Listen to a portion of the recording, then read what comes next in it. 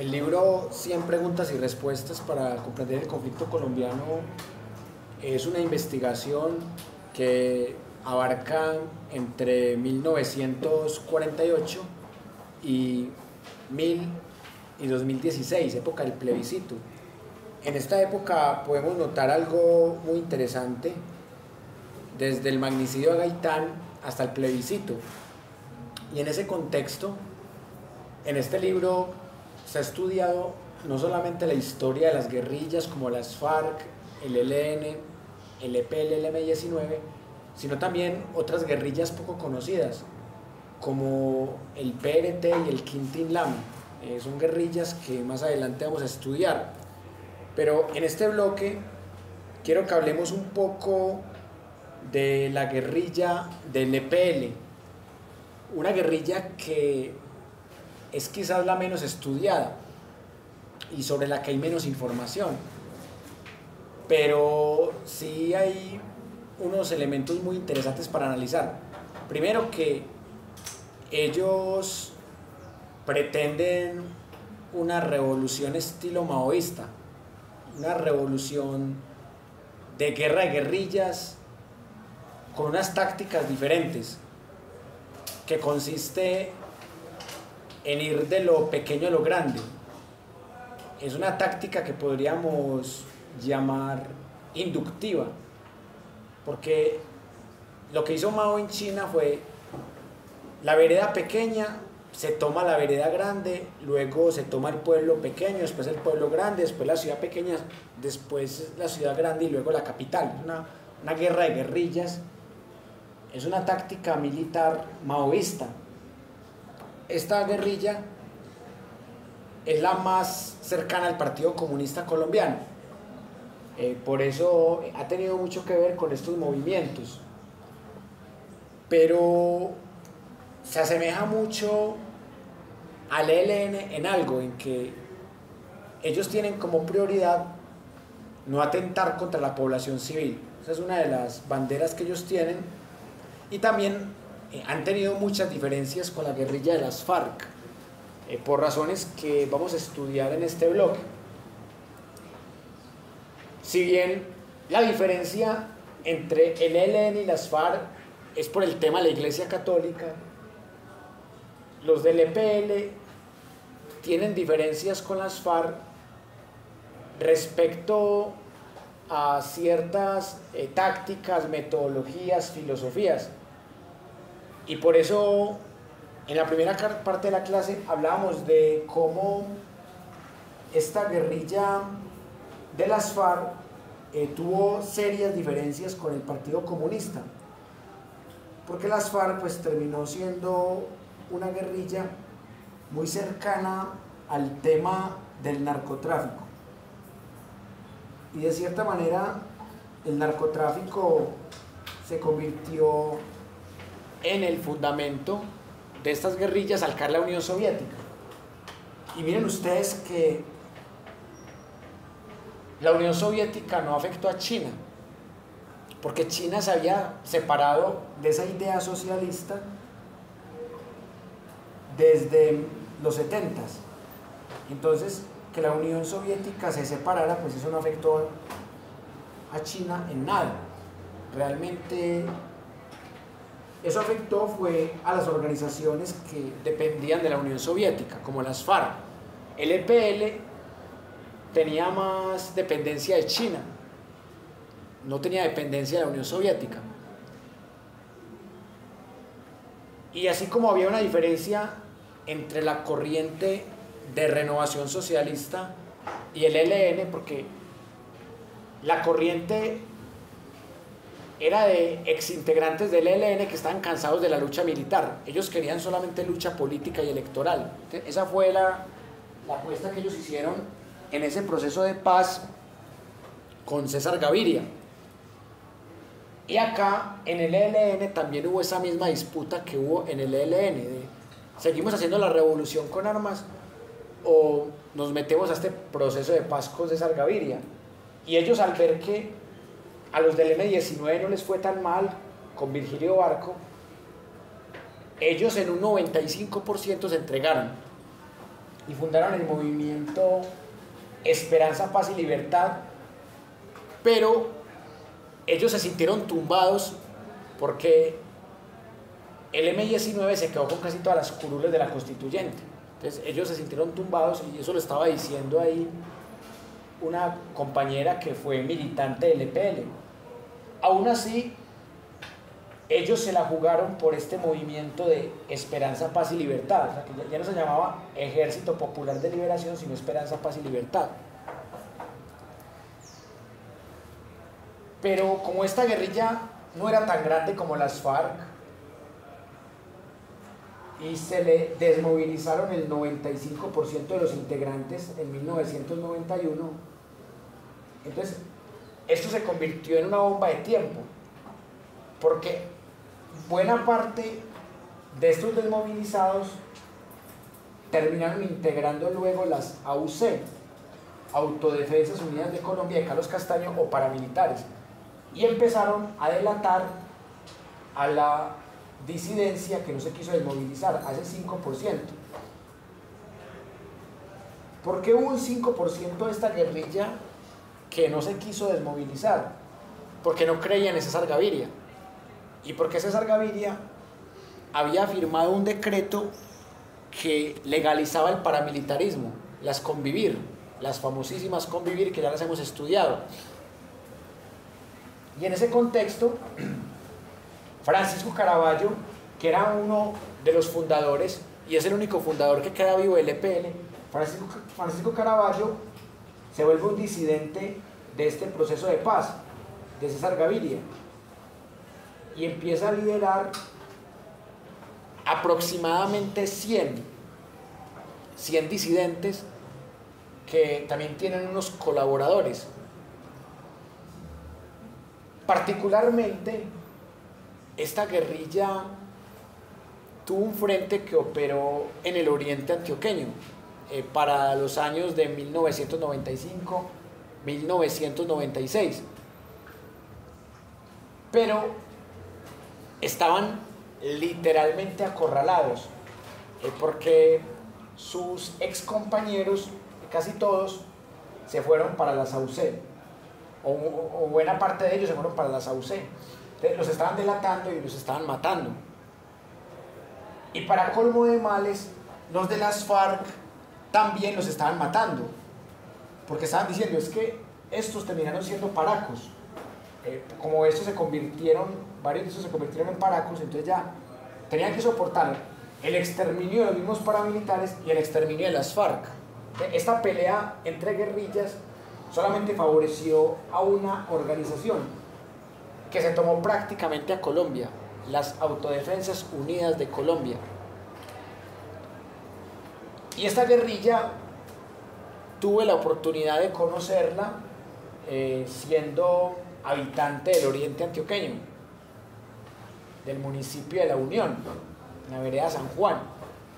Tuve la oportunidad de conocer a varios militantes de esta organización, y algunos vestían de civil, otros vestían de camuflado, pero siempre se mantenían en grupos pequeños, porque ellos tenían muchos enemigos. O sea, no solamente tenían de enemigos al ejército y a los paramilitares, sino que también tenían de enemigos a las FARC, por este tema de que todos estaban macartizados como paramilitares.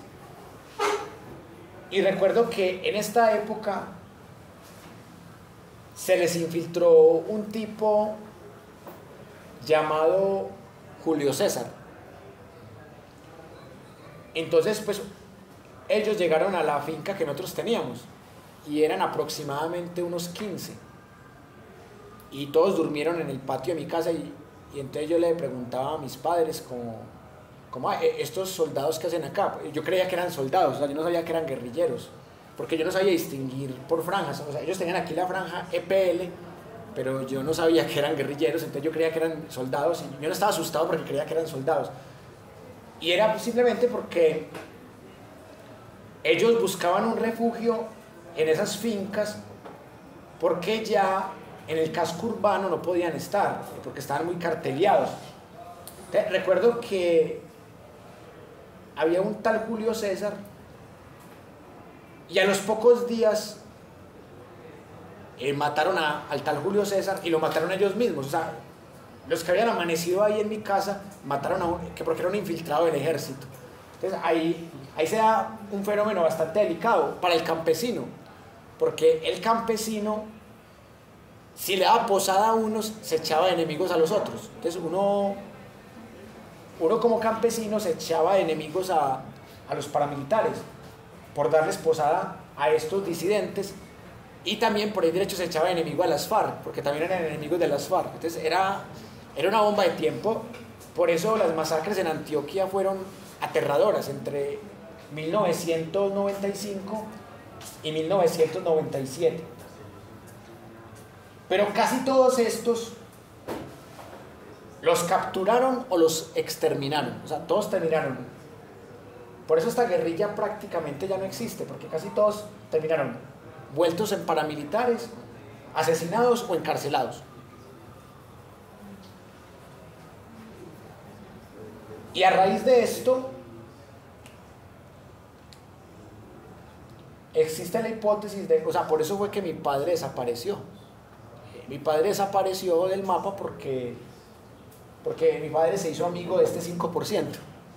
Mi padre se hizo amigo y literalmente, pues, o sea, salimos de la finca huyendo, pero mi padre tuvo que hacer un viaje por allá a Risaralda y nunca regresó. Entonces, hay varias hipótesis de por qué lo pudieron haber matado, y era literalmente porque él ya estaba vinculado de cierta manera con esta organización. A ver, al darles posada ya quedó vinculado con ellos, y de cierta manera era muy riesgoso. Igual, pues, él tenía simpatía por el pensamiento llamado de izquierda marxista. Entonces, de cierta manera, por eso, más que por miedo, él también les dio posada porque sentía alguna simpatía por ellos, y terminó involucrado con ellos y lo terminaron desapareciendo del mapa. Y esta es la hora que el cuerpo de él ni siquiera ha aparecido. El CTI de la Fiscalía nos hizo una prueba de sangre y nunca apareció el cuerpo de mi padre. Y yo podría decir que él no era militante de esta organización, pero sí era amigo de ellos. Entonces, en esta época de carnicería, era lo mismo ser militante que ser colaborador. Te mataban igual, te picaban igual, te echaban en un costal, jugaban fútbol con tu cabeza igual. Y lo peor de todo, y esto sí es grave, era lo mismo ser parte de esta organización o de otra, a que la gente creyera que eras de ellos. O sea, puede que no fueras de ellos, pero con solo hubiese alguien que creyera que eras de ellos, ya con eso te liquidaban. Y de ahí viene mi interés particular de investigar este fenómeno, porque al fin y al cabo yo soy desplazado de esta violencia, yo soy desplazado de estos grupos. Yo no soy víctima legalmente hablando, porque nunca pudimos comprobar que mi padre está muerto. Es más, existe la remota posibilidad que mi padre esté vivo, pero a lo mejor está loco, o a lo mejor nunca regresó para que no nos mataran. Quién sabe qué pasó ahí. Pero el hecho es que solamente somos víctimas de desplazamiento forzado, pero no hemos recibido una reparación del Estado, y a lo mejor tampoco la vamos a recibir, pero al menos nos quedó la enseñanza de la encrucijada que vive el campesino. Y no solamente el campesino, en la ciudad también pasaba lo mismo. Si tú le dabas posada a los milicianos, te mataban los paramilitares, sencillito. O si tú le dabas posada a los paramilitares, te mataban los milicianos, porque los milicianos y los paramilitares se estaban disputando los barrios de Medellín y de toda Colombia. Entonces, o sea, prácticamente el civil estaba condenado a liquidarse. Por eso la mayoría de víctimas del conflicto armado son civiles. No importa que seas víctima de la guerrilla, de los paramilitares, de los narcos, porque el civil no tiene cómo defenderse. La compañera que fue militante de esta organización, ella decía: nosotros nos alzamos en armas para igualarnos con el ejército del Estado y con los paramilitares. O sea, era nuestra forma de defendernos. Y de cierta manera, el presidente que tenemos en Colombia es producto de esta misma guerra. Porque, o sea, ¿qué era Petro en 1978? Petro era un activista político de izquierda o de centroizquierda. ¿Y qué le dijeron a Petro? Te van a matar. ¿Por qué? Porque se montó Turbay Ayala, y al montarse Turbay Ayala te van a matar. El activista tenía dos caminos: o sigo siendo activista y me matan, o me meto en una guerrilla y trato de igualar fuerzas con el Estado. Y de cierta manera, los dos hombres más poderosos políticamente hablando de Colombia son productos de la misma dictadura. Son las ironías de la vida.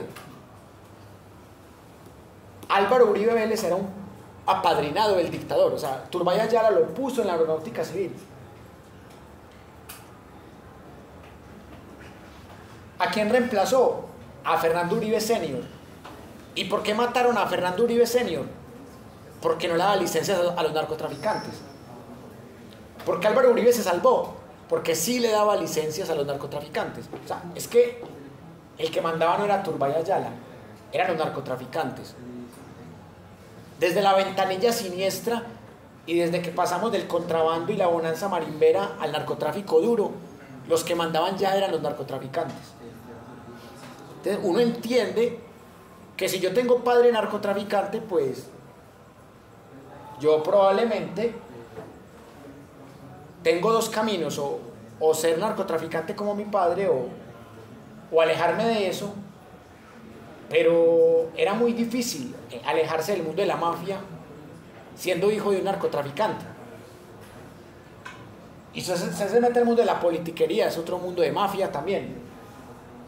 Entonces, volviendo a la tesis, Petro y Uribe son productos de la misma dictadura.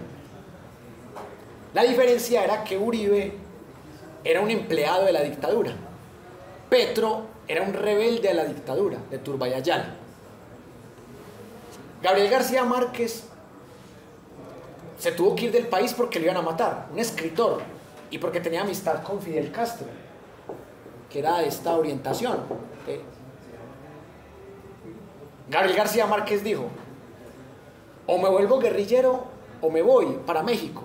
Se fue para México. Pero no todos tenían la posibilidad del exilio, porque no todos tenían el dinero. Gabriel García Márquez tenía dinero para irse para México. No todos, a los otros les tocaba quedarse como guerrilleros o voltearse a favor del régimen, también esa era otra opción. Al fin y al cabo, hay gente que por salvar el pellejo se voltea de bando, y eso también es entendible. Entonces, en una guerra fría se puede encontrar uno muchos fenómenos. Pero lo cierto del caso es que Turbay Ayala resultó más dictador que los dictadores del Frente Nacional. Porque Turbay Ayala empezó a torturar gente con el ejército. O sea, el ejército fue utilizado para hacer torturas. ¿Por qué era tan importante que el ejército se tomara el Palacio de Justicia? Para borrar pruebas. Porque había muchas denuncias contra militares de Turbay Ayala. Y por eso las guerrillas se fortalecieron en este régimen de Turbay Ayala. Las FARC, mire lo que hablamos ahorita de las FARC. Las FARC empezaron a crear grupos de asalto nuevos. Empezaron a reclutar soldados también. Y empezaron a urbanizarse más adelante.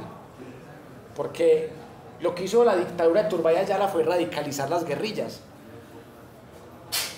Y en el gobierno de Turbay Ayala nace el primer grupo paramilitar fundado por narcotraficantes, el MAS.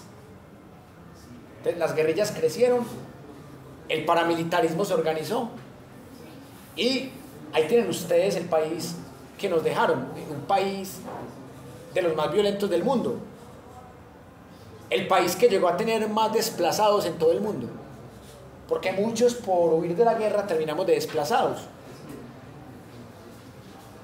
Yo opté por la misma opción de Gabriel García Márquez, por el exilio. Como yo no tenía dinero para irme para México, me vine para Medellín. Pero menos mal salí vivo. Hubo algunos que trataron de venirse para Medellín, pero los cogieron y los picaron en pedacitos. O les cortaron la cabeza y jugaron fútbol y metieron goles con la cabeza decapitada. Yo soy un sobreviviente. Aquí donde ustedes me ven, yo soy un sobreviviente del conflicto armado. Por eso a mí no me da miedo de Uribe. No me da miedo del Clan del Golfo. Ustedes dirán, este tipo se quiere hacer el valiente aquí, ¿cierto? Debe ser una gallina, ¿cierto? Ustedes pueden pensar eso, este tipo quiere hacerse el valiente aquí, pero es que miren, yo estaba en una finca en donde las balas pasaban así, vea.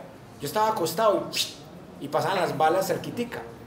Una bala perdida me pudo haber matado. Me tocaron enfrentamientos entre el EPL y el ejército, entre el EPL y paramilitares. Porque en el municipio, en la vereda donde yo vivía, esa zona se la estaban disputando los del EPL, los paramilitares y el ejército que estaba... Menos mal que el ejército no se enfrentaba con los paramilitares, porque hubiese tenido más riesgo de morir. El ejército trabajaba en equipo con los paramilitares, como lo ha hecho Salvatore Mancuso. Entonces eran enfrentamientos. Por aquí estaba la guerrilla escondida, por aquí estaba el ejército o los paramilitares. El problema era que en la vereda en la que yo vivía ya estaban empezando a perfilar, como este es amigo de la guerrilla, este es amigo tan, ya estaban empezando a perfilar. Entonces, nos tocó fue esfumarnos. Donde no nos esfumemos, nos matan. Mi padre también pudo escapar, pero él estaba condicionado. Y de cierta manera, él se sacrificó para salvar el resto de la familia. No estoy diciendo que sea un héroe, simplemente él fue el que se hizo amigo de ellos, él fue el que les dio hospedaje, él fue el que creyó en su causa y en su ideología. Entonces él dijo que me maten a mí solo. Entonces a lo mejor la estrategia de mi padre fue: voy a refugiar a mi familia en Copacabana y yo me voy para Risaralda y doy la cara. Y dio la cara, y quién sabe qué hicieron con su cuerpo, que probablemente sí lo picaron, porque esta gente no fusilaba, esta gente picaba. Cogían, torturaban, sacaban información, cortaban dedito, después cortaban pies. Esta gente era narcotraficante ya. Es que en esta época de los 70s, antes de que estuviera de moda el narcotráfico, cuando estaba el contrabando, la bonanza marimbera, fusilaban. Ah, ese es un traidor, esto es un infiltrado de la guerrilla, o esto es un infiltrado del ejército, fusílenlo, fusilaban. Hasta Fedor fusiló, más allá de que amarró con cadenas a los prisioneros, Fedor fusiló. Pero ya cuando llegó el narcotráfico y el paramilitarismo juntos, ya no solamente mataban, sino que torturaban. No solo para sacar información, sino para implementar un régimen del terror. Varios paramilitares que han dicho en Justicia y Paz y que han dicho en la JEP: sí, nosotros le cortábamos la cabeza a la gente y jugábamos fútbol con ella para que el pueblo nos cogiera miedo, porque el paramilitar tenía que marcar la diferencia. Si el guerrillero fusilaba, el paramilitar tenía que meter más miedo que el guerrillero. Y la forma como el paramilitar metía miedo era picando a la gente o entregando a la gente en bolsas. Señora, ahí le entregamos a su hijo el guerrillero y se lo entregamos picadito para que haga un sancocho. Entonces el paramilitarismo y el narcotráfico juntos, las guerrillas que se volvieron narcotraficantes, volvieron el conflicto enfermizo. Y por eso la gente cogió tanto miedo, y por eso la gente le cogió tanto miedo a los paramilitares. Porque no solo tenían el respaldo de las oligarquías, del ejército, de las élites, sino que tenían el respaldo de narcotraficantes y tenían las mismas tácticas que les enseñó Yair Klein, el mercenario israelí. Las mismas tácticas que están usando en este momento para exterminar al pueblo palestino. Son las mismas. Matar niños, matar mujeres en estado de gestación. ¿Por qué no matan al que es?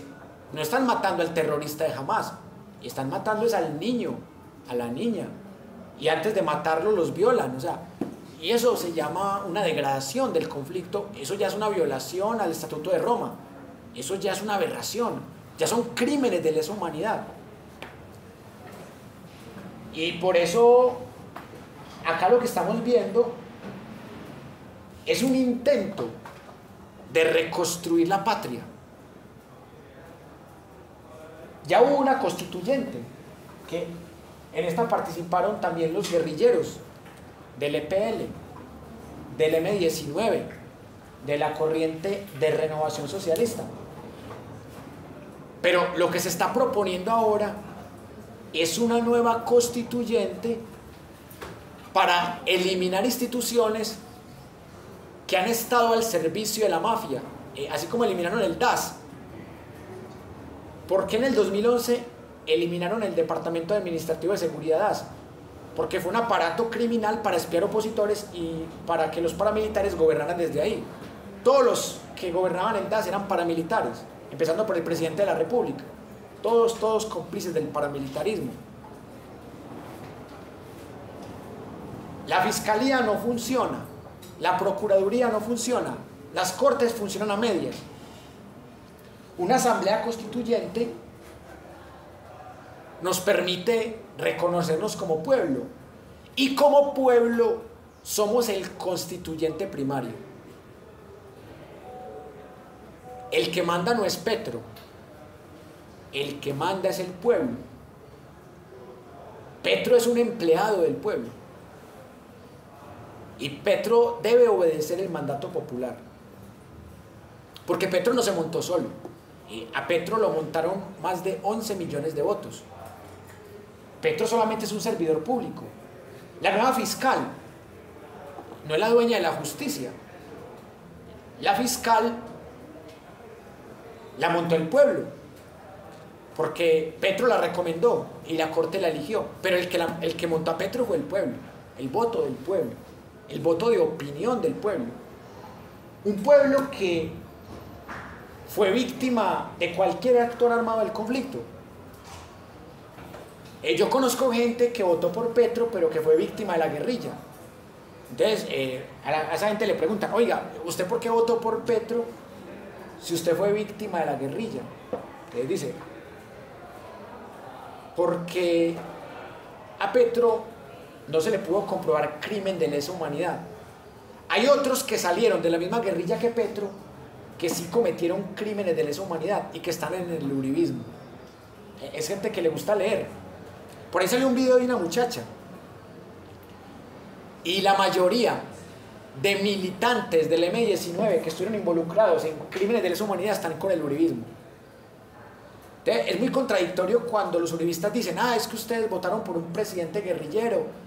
Y yo: sí, pero en el partido de ustedes, en la ideología de ustedes, hay guerrilleros que salieron de la misma guerrilla que Petro y que sí están acusados de crímenes de lesa humanidad. ¿Qué es lo que salva a Petro? Que Petro era un actor más político que militar. O sea, Petro era más parecido a la corriente de renovación socialista, era más parecido a Alfonso Cano, más parecido a esta gente de Esperanza, Paz y Libertad. O sea, Petro era un político y sigue siendo un político. En esa época lideraba guerrilleros, ahora lidera militares. ¿Cuál es la diferencia? Sigue siendo un comandante. Lo que pasa es que era un comandante ilegal, ya es un comandante legal. Pero más allá de que sea un comandante legal o ilegal, ¿qué es lo que uno evalúa en estos personajes? ¿Qué tantos crímenes de lesa humanidad han cometido? Y si es preferible un guerrillero que no cometa crímenes de lesa humanidad a un militar que comete crímenes de lesa humanidad. El guerrillero que se enfrenta a plomo con el soldado o con el paramilitar es normal, es una guerra. Pero el que mata población civil, el que viola mujeres, ese ya no es un simple actor armado del conflicto, es un criminal de guerra, es un terrorista de Estado o es un terrorista subversivo. El que viola mujeres, el que mata niños, el que juega fútbol con la cabeza de las víctimas, eso ya es un terrorista. Y por eso es tan importante una constituyente. Lamentablemente dependemos del Congreso, pero entonces montemos un Congreso más inteligente. Montemos un Congreso más alternativo. Montemos un Congreso que esté en beneficio del pueblo. No montemos un Congreso que compra votos. El clan de los Char no merece más estar en el poder público. El clan de los Char estuvo involucrado con el cartel de Cali. El clan de los Char tiene denuncias por compra de votos. Hay que sacar esos clanes del Congreso para poder hacer una asamblea constituyente seria, con un Congreso más alternativo, con presidentes más democráticos y con fiscales que trabajen para el pueblo y no para la mafia. Vamos a tener una reconstrucción nacional y ahí sí vamos a tener una esperanza, una paz y una libertad. Pero mientras tanto vamos a seguir en la debacle. Y por eso les quiero dejar una conclusión,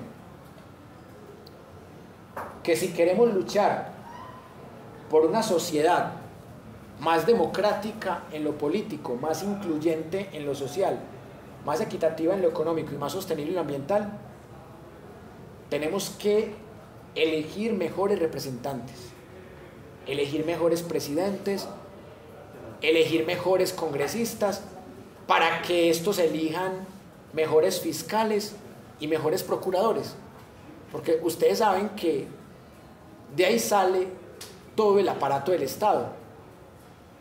Pero si el pueblo sigue votando por el que me pagó, o por el que más odio, o por el que menos odio, si el pueblo sigue votando de manera visceral, vamos a seguir montando congresos que hunden las reformas que necesita el pueblo, congresos que montan procuradores corruptos, que encubren a alcaldes y a gobernadores y a presidentes corruptos, comisión de acusaciones que encubren a presidentes corruptos,